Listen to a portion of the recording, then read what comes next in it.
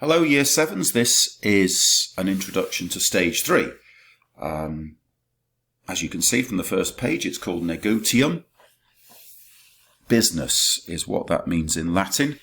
There are one or two Latin words that end in M, even though they're not done to. They're not accusative necessarily. Don't worry about that. It's like 0.001% of words that end in M all the time. There are some English words that end in M, and they're all from these Latin words. Guess what the Latin word is for aquarium? Yeah, aquarium. Guess what the Latin word is for stadium? Stadium. And the Latin word for curriculum would, I'm sure, be curriculum. So there are some English words that come from these Latin words, this very small group of Latin words that do end in M automatically. Let's see what's in store for us. In Stage 3, a couple of stories, no introductory pictures. That's unusual. I don't think there's another stage in the first book of the Cambridge Latin course with no introductory pictures. There's just lots of translation practice for you. 2 stories there. 2 more stories. Tonsor is barber. Venelicius, slave dealer. These are all different trades, different businesses in Pompeii. Just to go back. In Foro, there's Caecilius in the forum. It looks as though he's admiring his own wealth there. He's looking hard at a coin. Maybe he's deciding what to buy for lunch. I'm not sure. But anyway, he's an important businessman, as we know, in Pompeii. He's in the forum there. You can see Vesuvius in the background. Pre-eruption Vesuvius. Of course, there was no Latin word for volcano. They had no experience of such things. To them, it was just a pointy hill and nothing to worry about. Okay, and then the second story is Pictor, the artist, the painter. He's a tradesman in Pompeii. He's going to come to Caecilius' house to do some artwork for him. And then Tonsor, the barber, Venelicius, the slave dealer. There are no pictures, but there is about the language.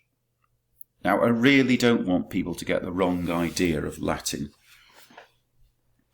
In Stage 2, you met 2 rather difficult English words, nominative and accusative.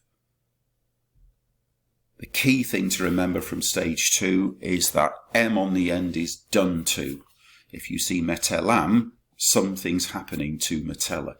If you see caecilium, something's happening to caecilius. Mercatorem, the same. Something's happening to the merchant. So they're 2 difficult words. Nominative, doing something. Accusative, done to. Notice those 2 words are English. And I will say Latin is really easy. English, my gosh, it's difficult. Here's another difficult English word. And you can see in red the word declension now.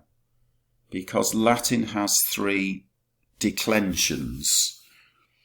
If you just think that a declension is a pattern, it's an easy word. Don't worry about it.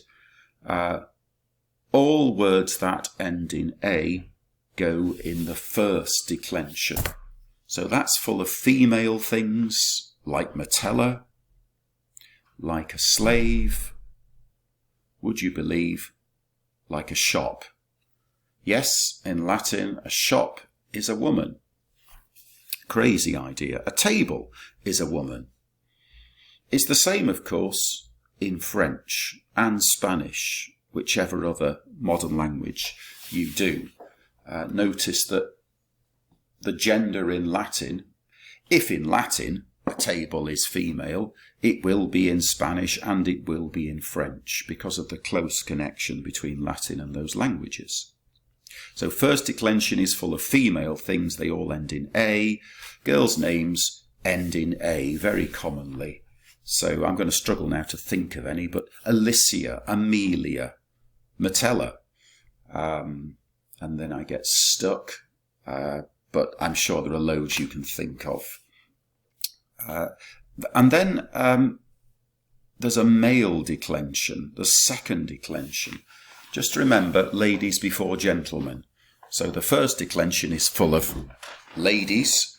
The second declension is full of gentlemen. And so male names in Rome were usually ending in us. So Caecilius. A male slave is a servus. A male friend is an amicus. A female friend would be an amica, by the way. But amicus is always a male friend. So that's the second declension. Ladies before gentlemen. That's the second pattern of words. Us becomes Notice. In the first declension, a becomes am. Then there is, finally, a third declension. That's for every single word that doesn't end in a or doesn't end in us. Let's put it into perspective. In the first declension, I would say there are 1,000 Latin words ending in a. In the second declension, I would say there are probably 10,000 Latin words that end in us. The third declension, the biggest pattern of words, the biggest group of words, there are 100,000 words in the third declension. It's massive. It's really important.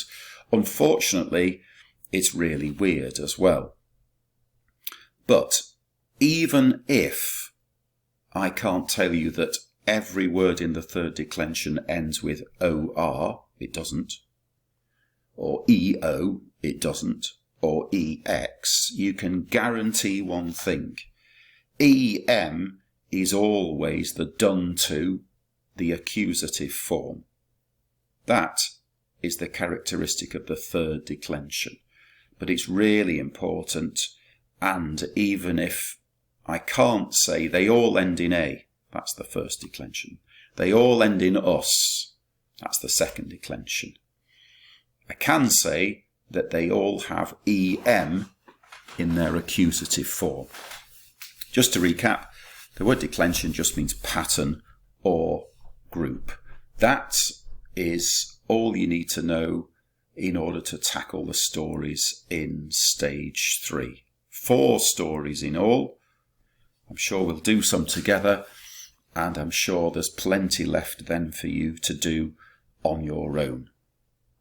The difficulty of stage 3 is English, not Latin. Latin's easy. There are difficult English words for you to remember. At the end of the day, if you don't remember them, you can still be very good at Latin.